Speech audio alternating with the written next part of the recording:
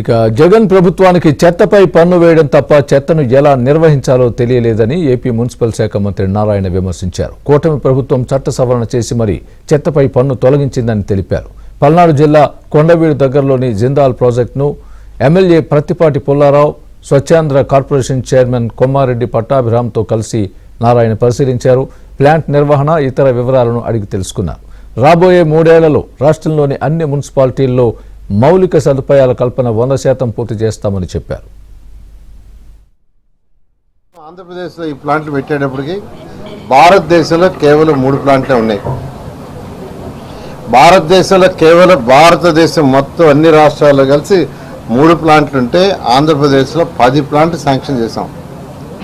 అందులో 2 టేకాఫ్ అయినాయి, మిగతాయి గత ప్రభుత్వం వదిలేసింది. ఈరోజు భారతదేశంలో 15 ప్లాంట్లు వస్తే గత ప్రభుత్వం 5 సంవత్సరాల్లో ఒక్కటంటే ఒకటి కూడా పెట్టాల. అంటే వాళ్ళకి దాని మీద ఇది లేదా, దాని మీద అలాంటి అవగాహనే లేదు. అవగాహన రహిత్యం ఉన్న ప్రభుత్వం అది. చెత్త పన్ను వేయటం తెలుసు, కానీ ఆ చెత్తని ఎలా క్లీన్ చేయాలి అనేది లేదు. 85 లక్షల మెట్రిక్ టన్నుల లెగసీ మిగిలిపోయింది. దాంట్లో 45 లక్షలు దాదాపు క్లీన్ చేసాం. మిగతా 40 లక్షలు కూడా అక్టోబర్ 22, 2025 అక్టోబర్ 2వ తేదీ కంప్లీట్ చేయాలని ముఖ్యమంత్రి గారు ఆదేశించారు. ఆ ఆదేశం ప్రకారం ఈరోజు జరుగుతుంది. ఖచ్చితంగా అక్టోబర్ 2వ తేదీకి ఈ రాష్ట్రంలో ఏదైతే డంప్ యార్డ్స్ ఉన్నాయో దాంట్లో ఉన్న లెగసీ మొత్తాన్ని క్లీన్ చేస్తామని రాష్ట్ర ప్రజలకు మరొకసారి తెలియజేస్తున్నాను. రాష్ట్ర ప్రజలందరికీ ఒకటే చెప్పేది, చెత్త పన్నును తీసేసాం.